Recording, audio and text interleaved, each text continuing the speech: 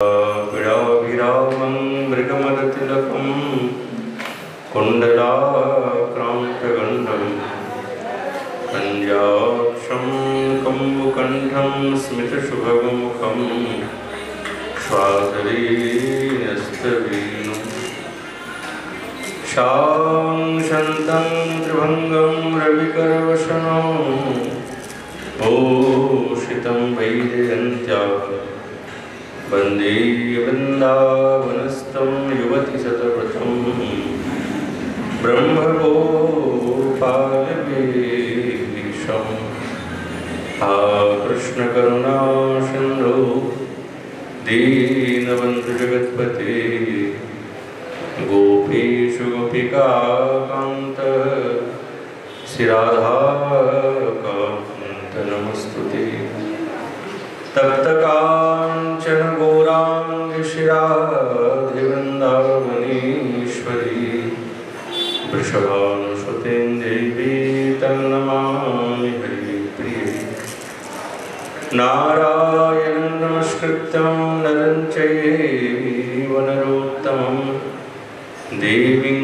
सरस्वतीं व्यासं ततो जयमुदीरये तुलसी कलनं यत्र यत्र पद्मवनानि च पुराणपठनं यत्र तत्र सन्निहितः हरिः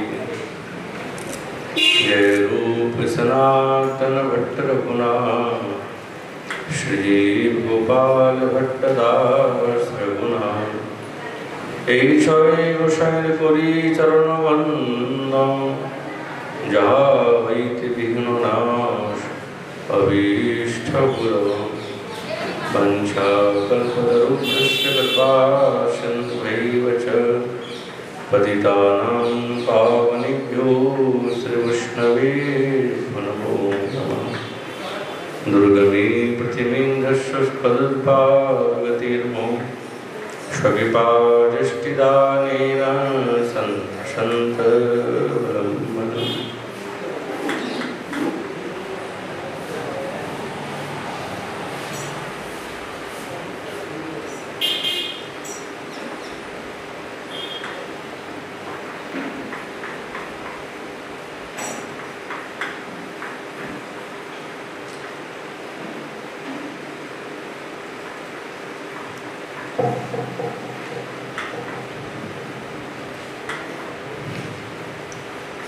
ओम नमो भगवते वासुदेवाय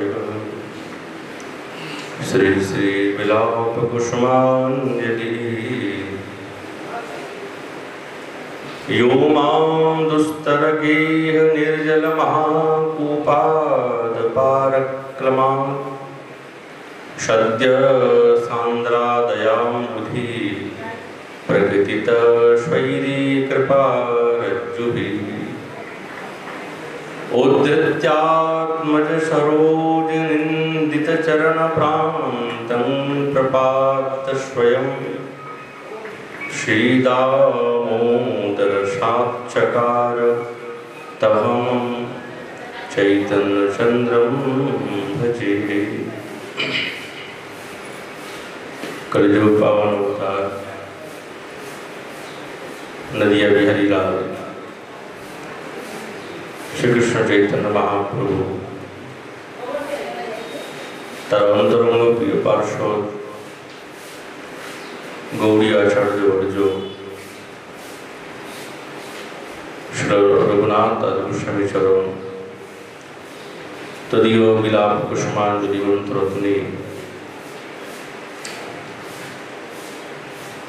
তিনি দিব্য নিজ ইষ্ট দেবীর বন্দনা এবং ওনার দিব্য কৃপার অনুভবের কথা অভিব্যক্ত করছেন পঞ্চম শ্লোকের দ্বারা। যিনি অশেষ এই ক্লেশপূর্ণ দুস্তর গৃহরূপ এই নির্জল মহাকূপ তার থেকে তিনি স্বতন্ত্র কৃপারূপী রজ্জুর দ্বারায় তৎক্ষণাৎ আমাকে উদ্ধার করেছেন। নিজের সরোজ নিন্দি শোভাযুক্ত সেই সুশীতল শ্রীচরণ প্রান্ত প্রাপ্ত করিয়ে তিনি স্বয়ং শ্রীরূপ দামোদরীর হস্তে সমর্পণ করে তিনি আমার এই ভাগ্যের দিব্য উজ্জ্বল ভাবকে প্রকাশ করেছেন, যার স্বভাবতই দয়ার সিন্ধু সেই শ্রীকৃষ্ণ চৈতন্য মহাপ্রভু, তাকে আমি বারংবার বন্দনা করি।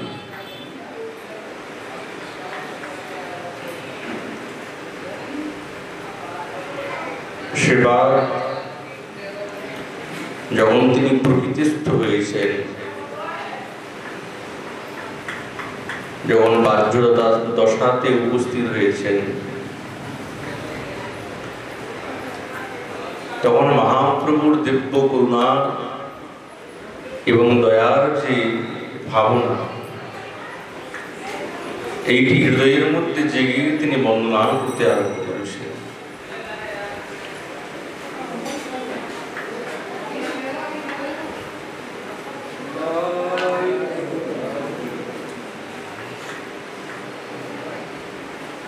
মহাপ্রভুর কৃপা একবার যদি প্রাপ্ত করা যায়, তাহলে এই জগতের সবার থেকে শ্রেষ্ঠ স্পৃহনীয় বস্তু, আস্বাদ্য বস্তু, যে বিষয় বৈভব, রাজ্য সম্পদ, তার কাছে একেবারে সবার থেকে ভয়ানক ঘৃণিত বলে মনে হয়। এবং এই বিষয়গুলি, এই প্রতিষ্ঠাগুলি তার জ্বালাময় মনে হয়। শ্রীপাদের উক্তিতে মহাপ্রভুর কৃপার দ্বারা যে তার ওনার হৃদয়ের মধ্যে এই জ্বালা এবং ঘৃণাটা খুব অধিক প্রকাশ পেয়েছে, এটা ওনার স্বভাবেই, ওনার বর্ণনাতেই ইঙ্গিত হয়। যেহেতু স্বাভাবিক এই বৈরাগ্যের সমন্বিত ভক্তি রসের আস্বাদনে অনন্ত ব্রহ্মানন্দ বা চতুর্বর্গের ভাবনা তার কাছে তুচ্ছ বধ মনে হয়। এইগুলো তারা চায় যে একবার এই ভক্তিরূপী রসসাগরকে আস্বাদন করতে পেরেছে। তো সাধারণ এই রাজ্য সম্পদাদির বিষয়ে মনের আবিষ্টতা কি করে থাকবে? এ তো থাকতেই পারে না, অসম্ভব। মহাপ্রভুর যারা নিজজন, তারা সকলেই বৈরাগ্য। আমাদের এই গৌড়ীয় সম্প্রদায় বৈরাগ্যের সম্প্রদায়, আর যেই বৈরাগ্য শত, কৃত্রিম না। আর মহাপ্রভু এই বৈরাগ্যের ভাবনা দেখি ওনার হৃদয়টা খুব প্রসন্ন হয়, আনন্দ পান। মহাপ্রভুর ভক্তগণের বৈরাগ্য প্রধান, যাহা দেখি প্রীত হন গৌর ভগবান। মহাপ্রভু এই বৈরাগ্য দেখি সেটাকে তারা আস্বাদন করতে বা খুব পছন্দ করতে।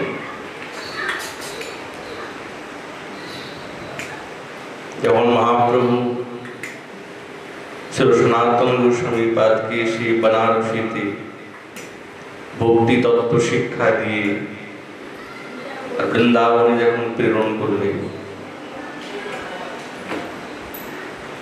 একটাই কথা বলে, কাঁথা করঙ্গিয়া মোর কাঙ্গাল ভক্তগণ, বৃন্দাবনে আইলে তার করিব পালন। তাহলে মহাপ্রভু কাঙালের থাকে। এই কাঙাল এই জগতের কাঙাল না,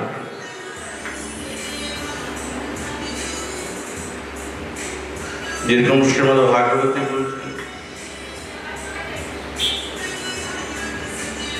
भक्ति सूत्रोपलब्ध सकल भवन बद्धि निर्धरास्ति धन्या।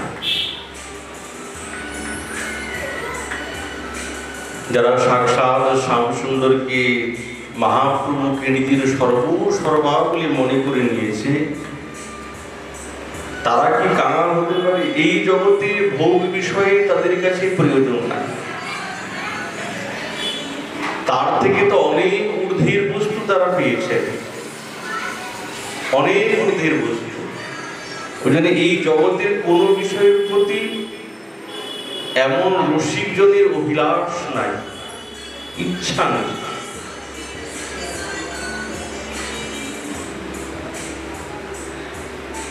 আর এই প্রেম রস যদি আস্বাদন করতে হয়, মহাপ্রভু নিজে বলছে, সন্ন্যাস গ্রহণান্ত যেমন ছিল অদ্বৈত প্রভুর সঙ্গে সাক্ষাৎকার, তো বলছেন বিনা সর্বত্যাগং ভবতি ভজনম নহি অশুভতে। সর্বত্যাগী না হলে প্রাণনাথ গোবিন্দকে পাওয়া যায় না। মহাপ্রভু মনের মধ্যে যদি কোনো বিষয়ের অভিলাষ থাকে, তাহলে গোবিন্দের থেকে দূর হতে হবে। ওই জন্য সবকিছু ত্যাগ করতে হবে, সর্বত্যাগী। আর এইটি হচ্ছেন ভজনের মূল।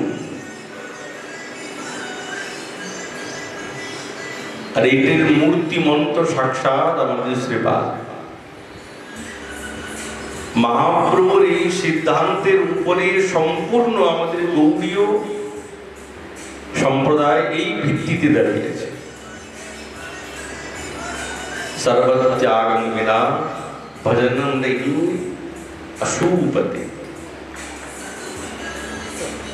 এই সিদ্ধান্তের উপরে দাঁড়িয়েছে। সবকিছু ত্যাগ করে শরণাগতকে সাক্ষাৎ গোবিন্দ নিজের আত্মদান দেয়, নিজেকে দিয়ে দেয়। এটি হচ্ছিল সর্ববেদান্ত সার, সর্ববেদান্ত সার।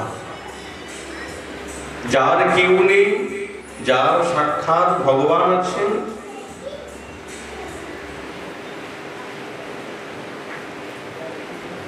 যিনি সবকিছু ত্যাগ করে ভগবানকে নিজের বলে মনে করে নিয়েছে, ভগবান আত্মদ হয়ে যায়, নিজেকে দিয়ে দেয়। এর দৃষ্টান্ত যেমন দুর্বাসা ঋষি গেলেন, অম্বরীশ মহারাজের চরণে অপরাধ হয়ে গেল,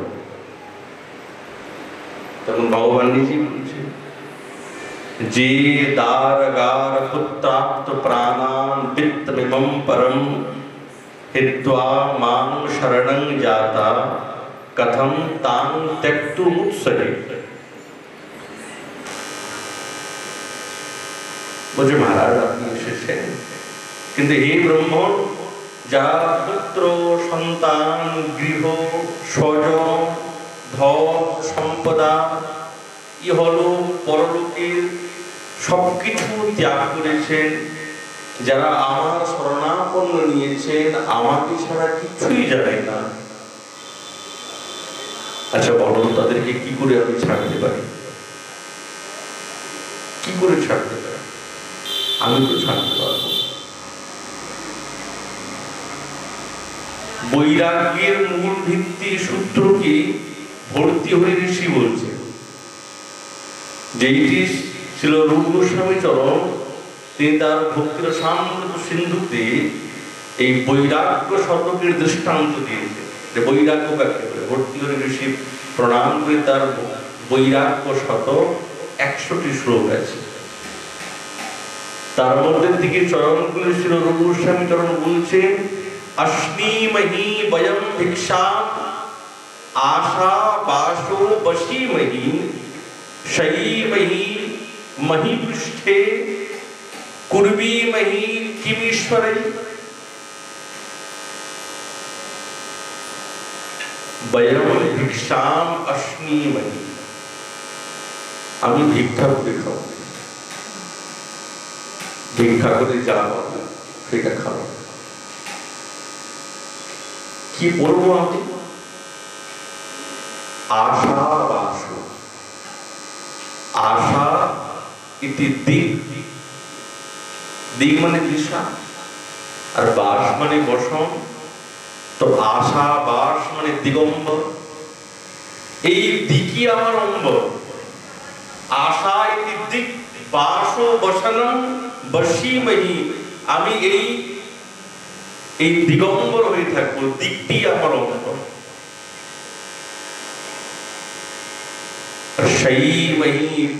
মহি পৃষ্ঠে, আমি এই ভূমিতে শয়ন করে থাকি। মহি পৃষ্ঠে কেন? বলছে ভগবানের চরণে আত্মসমর্পণ করেছি। কিম ঈশ্বরে, এই জগতের যারা বৈভবের ঐশ্বর্য জ্ঞানী ধনাঢ্য ব্যক্তি, তার প্রতি কিং কুর্বি মহি, আমি তাদের প্রতি কেন হাত পারব না? এ হচ্ছে বৈরাগ্যের পরিভাষা।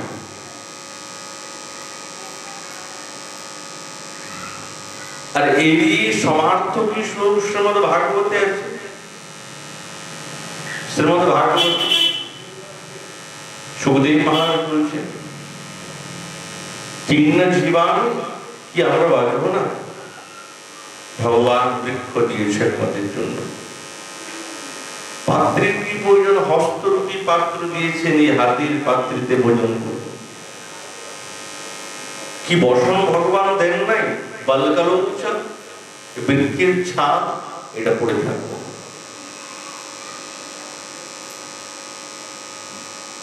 কি শয়নের জন্য আমাদেরকে শয্যা দেন নাই? দিয়েছেন। ভূসজ্জা, এই পৃথিবীটি আমাকে শয্যা দিয়েছে।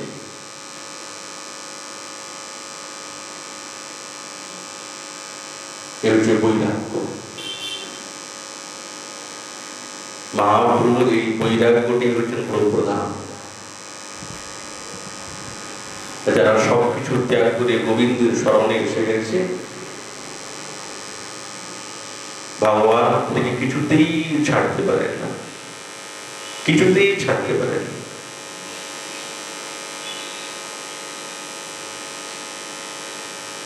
সবকিছু ত্যাগ এবং সেই কঠোর সাধনা, এটি হচ্ছেন প্রেম ভক্তির মূল। এবং এই আদর্শকে প্রতিষ্ঠিত করেছে এই জগতের সামনে সেবা রঘুনাথ চরণ,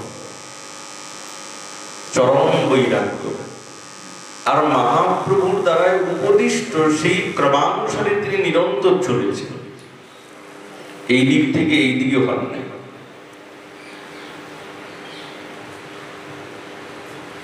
তবে বৃন্দাবনেশ্বরী শ্রী চরণে তার বিরাট রূপী কুসুম তিনি অর্পণে, এই প্রাককালেতে তিনি সেবার চিত্তটার মহাপ্রভুর সেই শ্লোকীর ভাবেতে উদ্দীপ্ত হয়ে গেল, প্রকাশ হল না। তিনি হচ্ছেন পরম দয়ালু, তার চরণ বন্দন তো করতে হবে।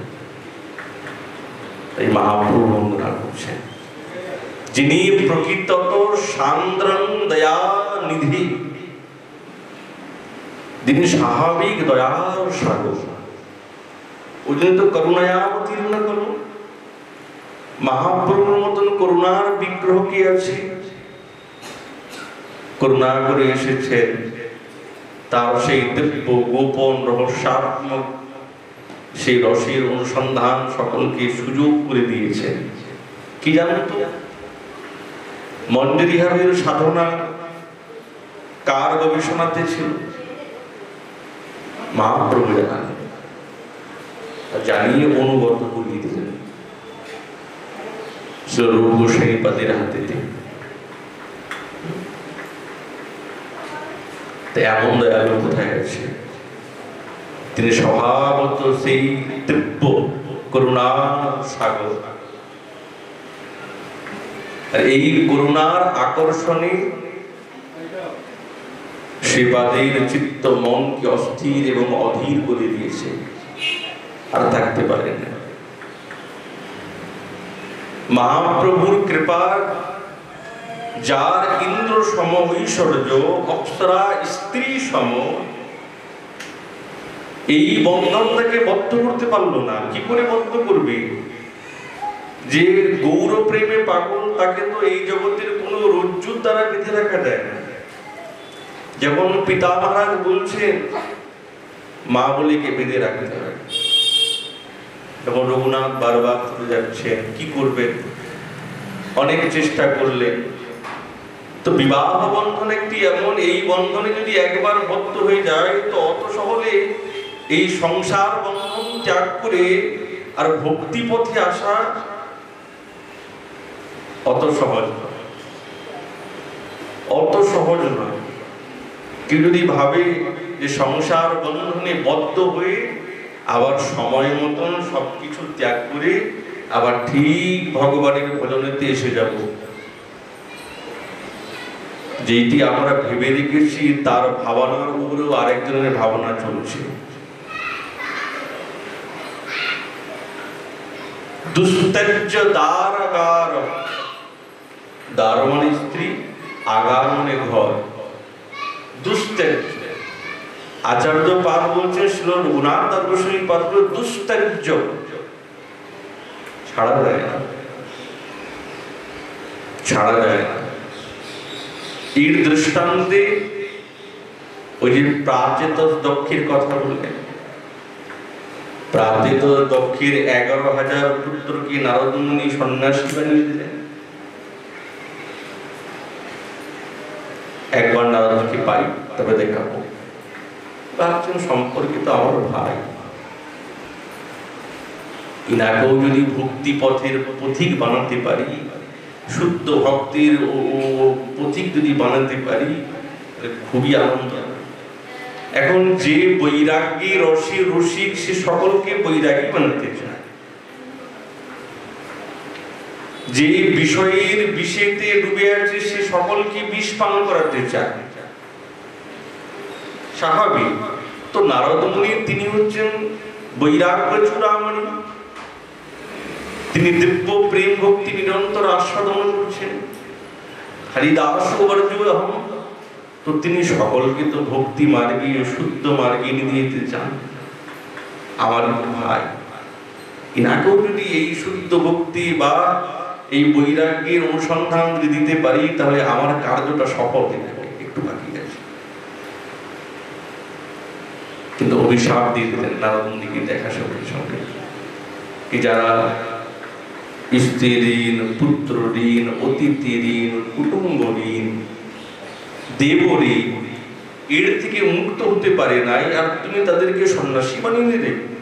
এখনো বিষয় কি বস্তু তারা জানলো না, আগে বিষয় ভোগ করবে তবে জানতে পারবে।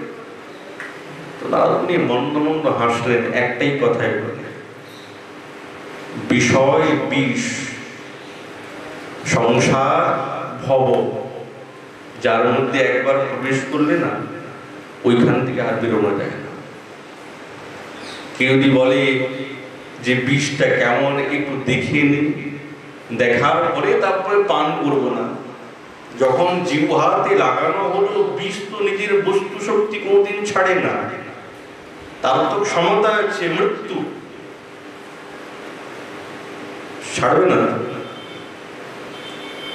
তাই সংসার বিশাল বিষের জ্বালা, এ ভোগ করে আর বেরিয়ে চলে যাবে কেবলমাত্র ঋষির সৌভরি পারতে। সকলে তো সৌভরি ঋষি নয়। যিনি সংসারের মধ্যে প্রবেশ করে ভোগ করে হঠাৎ মনে করে যায়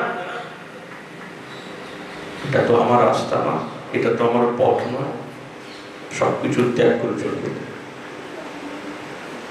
কিন্তু সাধারণ সাধকের পক্ষে কি সম্ভব? সম্ভব না, সাধারণের পক্ষে সম্ভব না।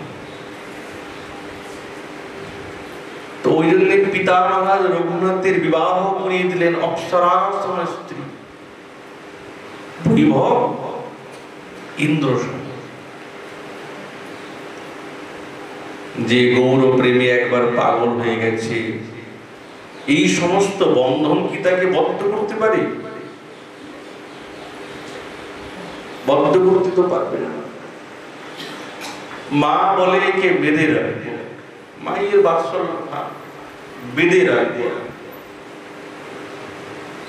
বাবা বলছে বৈভব রূপী রজ্জু অপ্সরাসম স্ত্রী এইরকম দড়ি যাকে বাঁধতে পারলো না, আর তোমার দড়ি তাকে বাঁধে রাখবে? একে বাঁধে রাখবে, একে বাঁধা যাবে না। বুঝতে পেরে গেছে, একে বাঁধা যাবে না।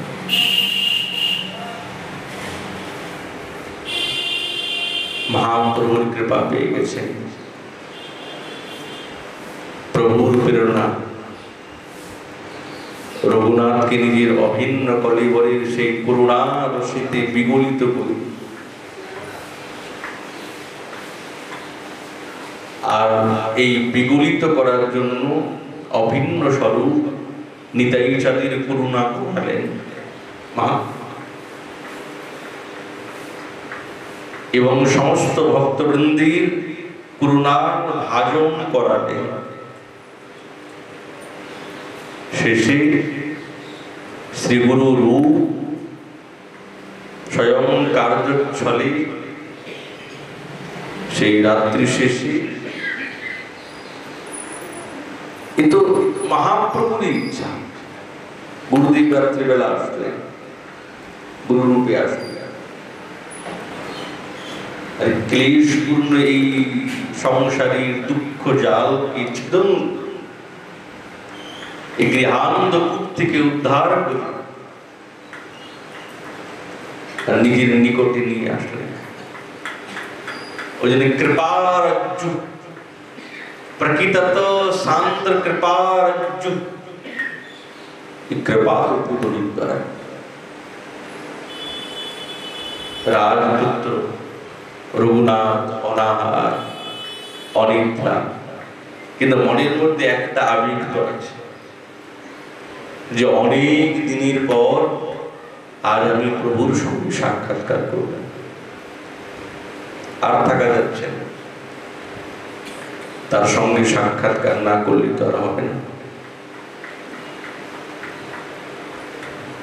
যে মহাপ্রভু রূপেতে, মহাপ্রভুর গুণেতে, মহাপ্রভুর স্বরূপেতে, তার লীলা শ্রবণে যার চিত্তের মধ্যে এই প্রকার বৈরাগ্য জেগেছে,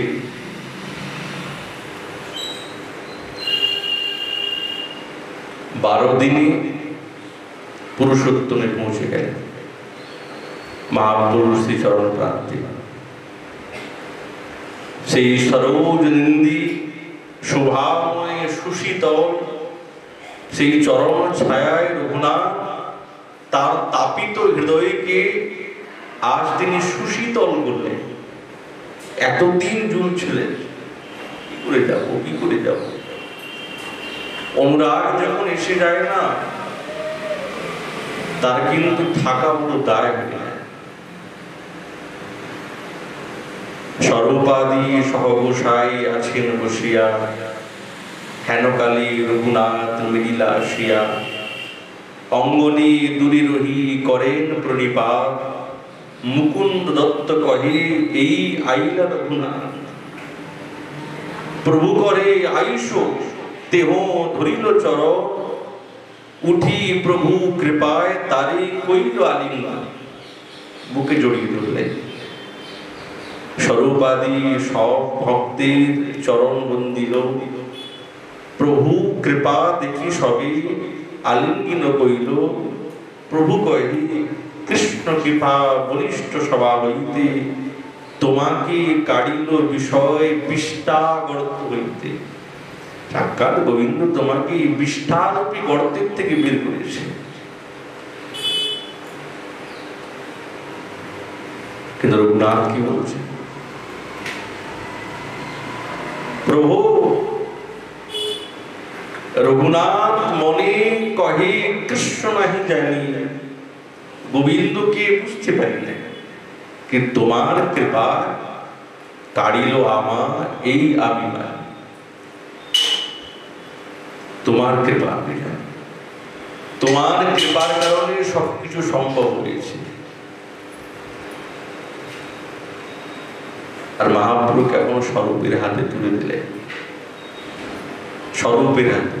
ওই জন্য স্বরূপের রঘু বলে সকলে জানতে, কার রঘু না, স্বরূপের।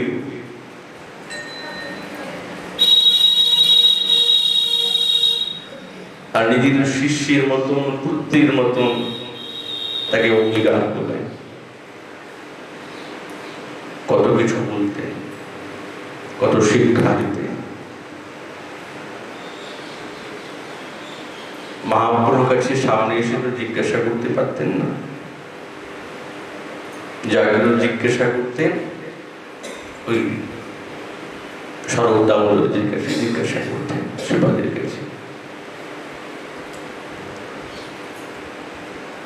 একের পর এক আচরণ করে মহাপ্রভু জগৎকে শিক্ষা দিচ্ছেন, আর শ্রীপা তিনিও সেই আচরণ করে যে এই দিব্য ভক্তি মার্গেতে কেমন ভাবে প্রবেশ করতে হয় সাধক, এই ক্রমটা আমাদেরকে দেখিয়ে দিচ্ছে। যেহেতু তিনি নিত্য সিদ্ধ পরিকর্ত, তার কি প্রয়োজন আছে? তিনি বসলেই, চোখ বন্ধ করলেই তো তার স্বরূপের স্মৃতি এসে যাবে।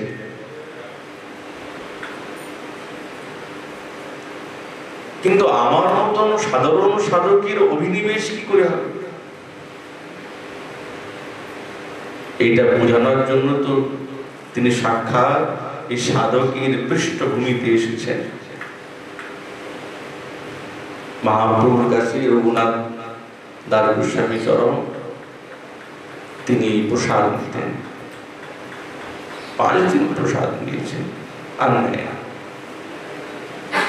মহাপ্রভু জিজ্ঞাসা করেন, কি ব্যাপার গোবিন্দকে, রঘুনাথকে দেখি ও যে প্রভু ভিক্ষা করে, ভিক্ষা করে।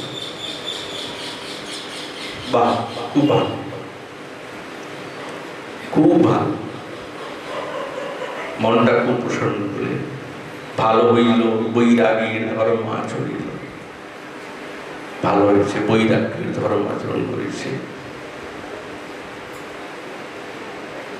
বৈরাগী গরিবে সদা নাম সংকীর্তন, মাগিয়া খাইয়া করে জীবন রক্ষণ, বৈরাগী হইয়া যেবা করে পরাপেক্ষা, কার্য সিদ্ধি নহে কৃষ্ণ করেন তারে উপেক্ষা। বৈরাগী হইয়া করে জিহ্বার আলস, পরমার্থ যায় তার হয় রসের বশ। শব্দটা 3টি অক্ষরের, বৈরাগী, বৈরাগ্য বা বৈরাগী। কিন্তু এই বৈরাগী আমাদের যে এই গৌড়ীয় সমাজের বা সম্প্রদায়ের বৈরাগ্য, নিরস বৈরাগ্যের কথা বলছেন না। এক বৈরাগ বলছে নিরস বৈরাগ্য, যার মধ্যে কোনো রস নেই। কিন্তু আমাদের আচার্যগণের যে বৈরাগ্য, এর মধ্যে নিরসতা নাই, শুষ্ক না, রসময় বৈরাগ্য। কেননা এই মাধুর্যের উপাসনাতে, শুদ্ধ মাধুর্যের উপাসনাতে এই রসময় বৈরাগ্যেরই দরকার। শুষ্ক বৈরাগ্যের দ্বারাই কিন্তু প্রেম পাওয়া যাবে না, মঞ্জরি ভাবের সাধনা তো দূরে থাকে।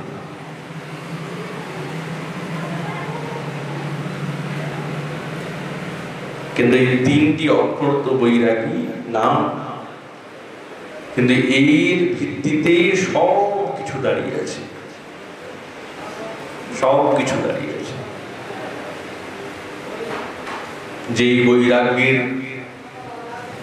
বৈরাগীদের ঠাকুর হচ্ছেন চৈতন্য মহাপ্রভু, বৈরাগীর ঠাকুর হচ্ছেন নিতাই চাঁদ, বৈরাগীর নিজজন হচ্ছেন আমাদের আচার্য। বৈরাগ্য কথা মহাপ্রভুর যত বড় বড় ভক্ত মাত্র রূপ সনাতন সবার কৃপা গৌরব পাত্র। কেউ যদি দেশে যায় দেখি বৃন্দাবন, তারই প্রশ্ন করেন প্রভুর পারিষদ। কেউ যদি বৃন্দাবনে যায় বা বৃন্দাবন থেকে যায়, আগে দৌড়ে পৌঁছে যায়। মহাপ্রভুর বড় মন আনন্দিত হয়। জিজ্ঞাসা করে কেমন ভাবে আছে, কি করছে, কহ তারা কইছে রহি রূপ সনাতন, কেমন করে থাকে, কইছে রহে বৈরাগ্য, কেমন তাদের বৈরাগ্য একটু শুনি তো, কেমন করে, কইছি বা ভোজন, কি ভোজন করে, কইছে অষ্টপ্রহর করেন শ্রীকৃষ্ণ ভজন। জিজ্ঞাসা করে কেমন করে গোবিন্দের ভজন করেন তারা, তবে প্রশংসিয়া কহে সেই ভক্ত। তো যারা বৃন্দাবন থেকে গিয়েছেন তারা তো এই আচার্যগণের বৈরাগ্যকে দেখি অভিভূত। মহাপ্রভু ও মহাপ্রভুর পার্শ্বদগণ উৎকণ্ঠার সঙ্গে জিজ্ঞাসা করুন করুণ সুরেতে, অনিকেতন দহি রহি যত বৃক্ষগণ, ঘর নাই, ঘরে থাকে না, বৃক্ষের তলে থাকে, এক একটি বৃক্ষ তলে বাস করে, এক এক বৃক্ষের তলে এক এক রাত্রি শয়ন। আচার্যগণের কেমন তাদের আচরণ, তাদের ভাবনা, বিপ্রগৃহে স্থূল ভিক্ষা কাহা মাধুপুরী, কখনো করেন কখনো করেন না, শুষ্ক রুটি চানা চাওয়ায় ভোগ পরিগরি। ওই সনাতন গোস্বামী চরণ তিনি হচ্ছেন শ্রীপাদের শিক্ষা গুরুদেব, শিক্ষা গুরুদেব। তো নিজের শিক্ষা গুরুদেবের বন্দনা করতে করতে কেঁদে ফেলছেন শ্রী রঘুনাথ গোস্বামী চরণ। কেন বলছে তাদের যে চরম বৈরাগ্য, কোথায় যে মনটা লাগিয়েছে এটা তো সেবাজি জানে। ভিক্ষা করে এনে ওই আটা গুলিয়ে ঠাকুরকে ভোগ লাগায়। ঠাকুর বলছে আরে নুন একটু দাও, একটু লবণ দাও গোসাই, একটু লবণ দাও।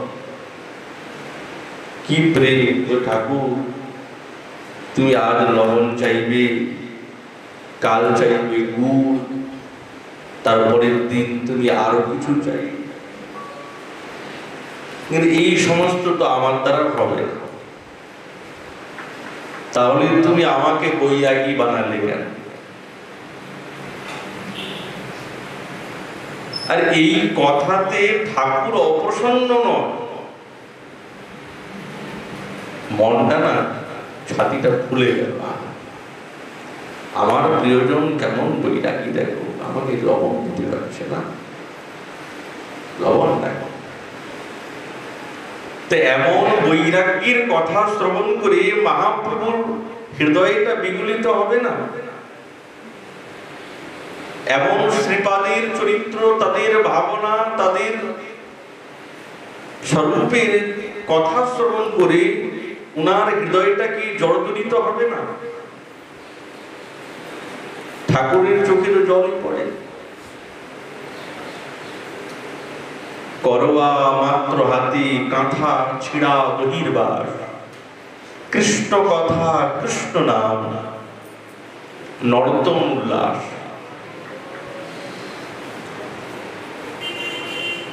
এই তো বৈরাগ্য।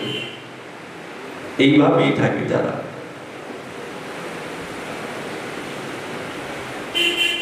রঘুনাথকে মহাপ্রভু শিক্ষা দিচ্ছেন, জিজ্ঞাসা করেছেন তো কি কর্তব্য, কি অকর্তব্য, কি করতে হবে, কি করতে হবে না।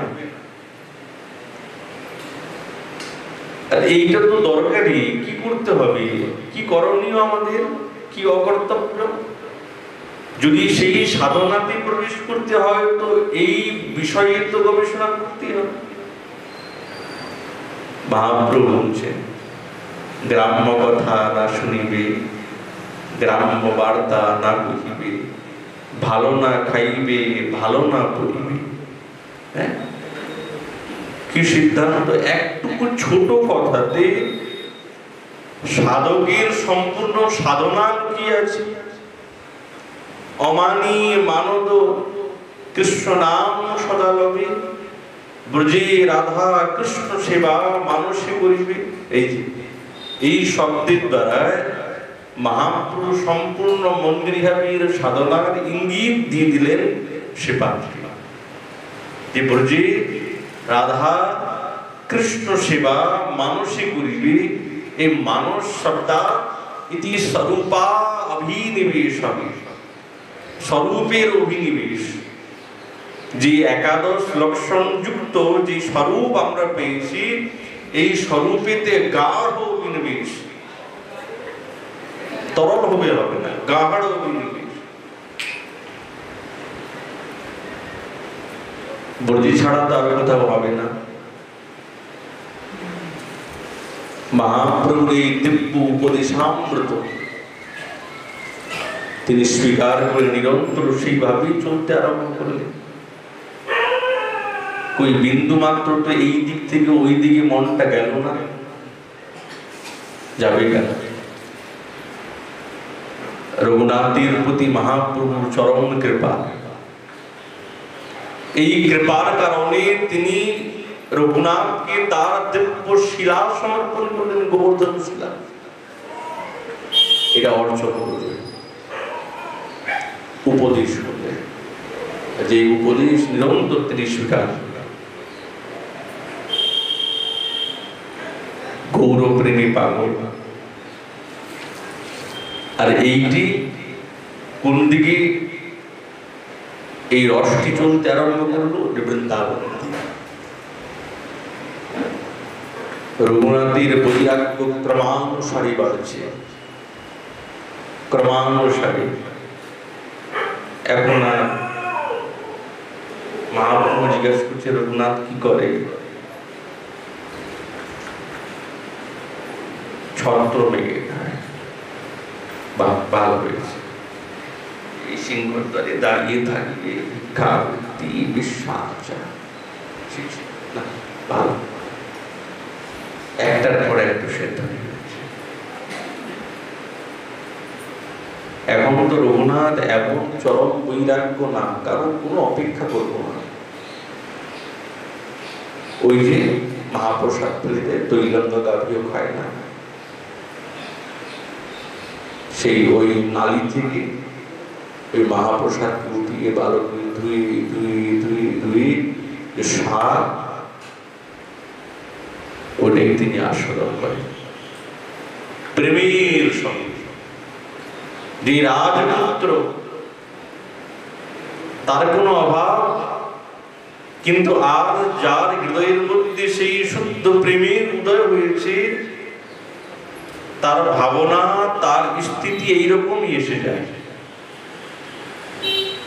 শরৎ দেখে বলছেন, ওই যে অমৃত খাসা নীতি নীতি খাও, তুমি একলাই অমৃত খাচ্ছ, দাও আমাকে। তিনি নিয়ে গেলেন, আর মহাপ্রভু এটাকে আস্বাদন করছেন।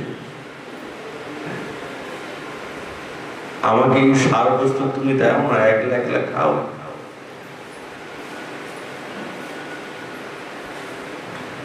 প্রভু কয়ে নীতি নীতি নানা প্রসাদ খাই, ওই যে স্বাদ আর কোনো প্রসাদে না পায়। এই যে তুমি আমাকে দিলে না, এর স্বাদ একেবারে আলাদা।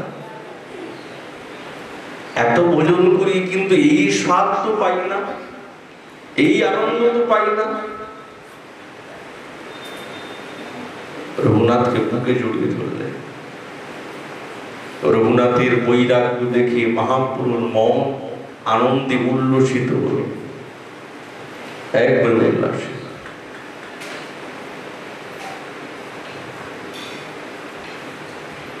শ্রীপাদ বলছেন, যিনি কৃপারূপী অমৃত রসে দ্বারাই আমাকে অভিষিক্ত করেছেন, যিনি আমাকে কৃপা করেছেন, তিনি যদি কৃপা না করতেন তাহলে কি আমি ভবসাগর থেকে উদ্ধার প্রাপ্ত করতে পারতাম? মোর গেহ মহাকূপ অতি ভয়ঙ্কর রূপ, জলহীন অতি সুদূরস্তর, জীবন উপায় শূন্য অপার সে দুঃখপূর্ণ, তাতে হতেছিলাম কাতর, পতিত তারণ কিবা মৌসম পতিতে যেবা, নিজ গুণে করিব উদ্ধার। আমাকে উদ্ধার করেছে।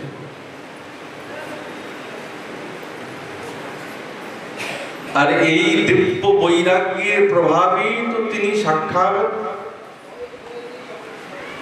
এই ধামে এসে আর তিনি নিজের প্রভাব এবং চরম বৈরাগ্যকে প্রকাশ করলেন। চরম বৈরাগ্য।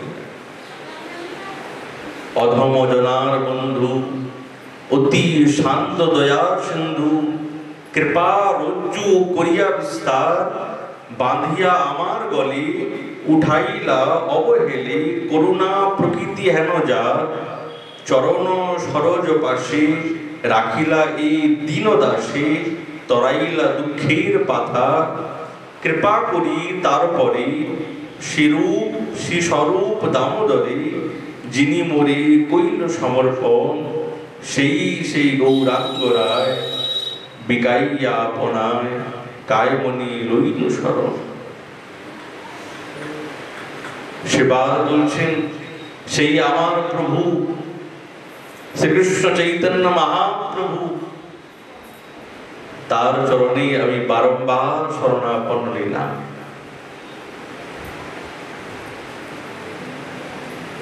তিনি তো আমাকে সবকিছু দিয়েছেন, উনি যদি না দিতেন তো আমি কিছুই পেতাম না। গৌরাঙ্গ ছাড়া তো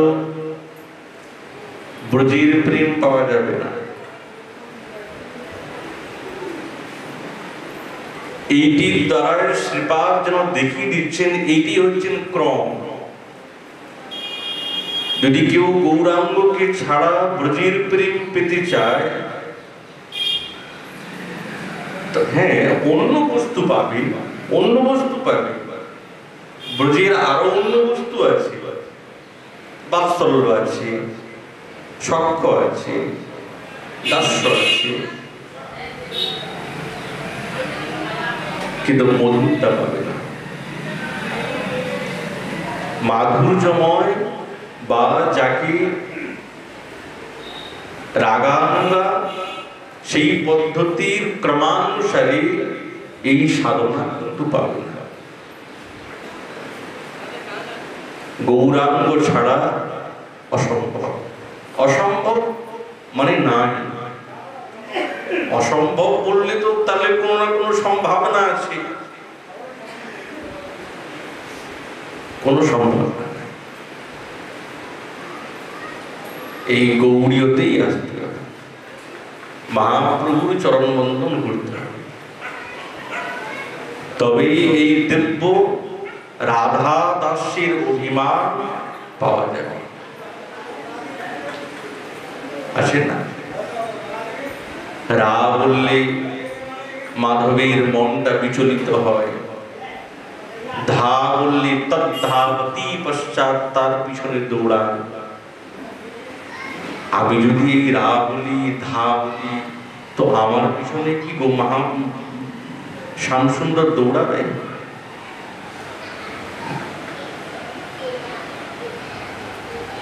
আমার পিছনে দৌড়াবেন না। সেই রকম সাধক যেরকম আমাদের আচার্যগণ, যারা রাধা দাসৈক প্রাণা ওই ক্রমানুসারী, ওই ক্রমানুসারী মনের মধ্যে কামনা বাসনা লোভ লালসা এইগুলো যদি এই বস্তুর দ্বারা যদি মন জর্জরিত থাকে, তো সেই নামের প্রভাবে মাধব তার পিছনে দৌড়াবে না। তার নামের তো মহিমা আছে, রাধা নামের মহিমা নাই, বলে মহিমা তো আছে। জীব গোস্বামী পাদ বলছেন আনুষঙ্গা কি বৈভবাদি, বৈভব পাবে, প্রতিষ্ঠা রাধা নামে।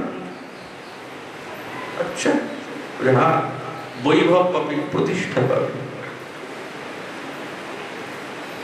কিন্তু তদ্ধাবতী মাধব কি পাবে?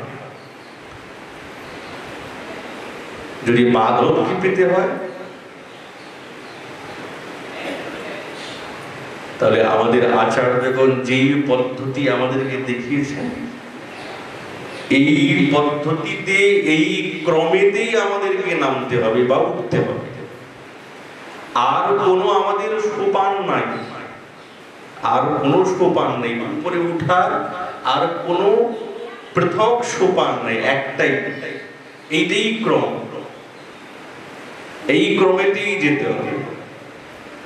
তবে তার মনের মধ্যে রাধা দাসৈক অভিমানা এই মঞ্জুরিয়াবির সাধনাত্মক ভাবেতে যদি তিনি ডাকেন রাধা, তো তদ্ধাবতী মাধব, তার পিছনে মাধব এরকম শ্রীপাদ দেখালেন।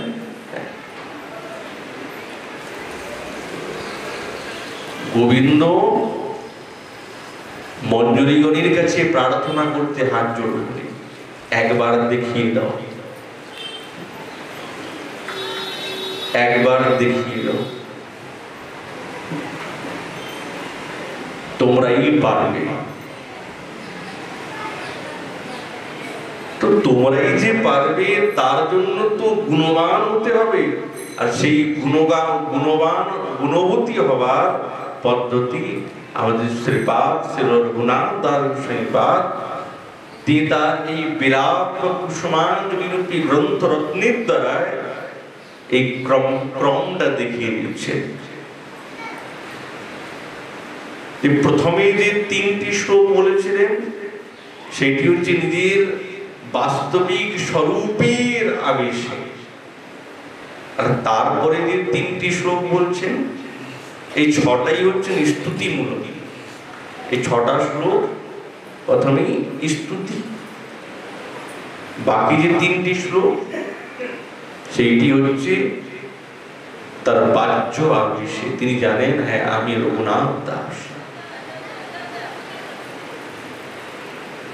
ওই জন্য গৌরাঙ্গ প্রেম ছাড়া এবং তার চরণে শরণাগতি ছাড়া এই প্রেমে রসিক হওয়া কিন্তু যাবে না, কোনো প্রকারেই যাবে না।